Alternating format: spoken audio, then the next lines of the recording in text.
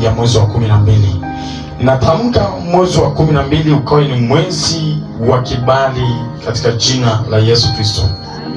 Nakataa kila roho zozote za uharibifu mwezi wa 12 juu yako katika jina la Yesu. Amen. Ninakataa roho yoyote ya mauti iliyoachiliwa mbele yako mwezi wa 12 katika jina la Yesu. Amen. Kuanzia tarehe 1 mpaka tarehe 31 mwezi wa 12 ninaachilia nguvu ya Roho Mtakatifu ikakulinde katika jina la Yesu Kristo. Amen. Kila mipango yoyote ya adui juu ya maisha yako ninasambaratisha kwa jina la Yesu.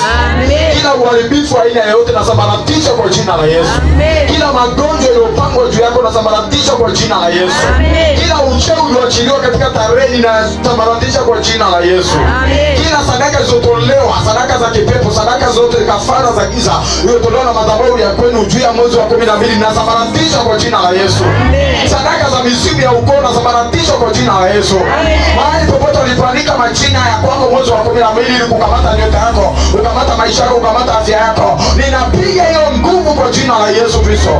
Ninakuombea mwezi wa 12, neema ya Mungu ikakulinde, uwezo wa Mungu ukakutunze, nguvu ya Roho Mtakatifu ikakufunike. Ninakutamkia mwezi wa 12 uko ni mwezi wa baraka juu yako, juu ya biashara yako, juu ya watoto wako. Nami naachilia ulinzi juu ya mume wako, juu ya ndugu zako, juu ya watoto wako wote. Ninaachilia ulinzi kwa jina la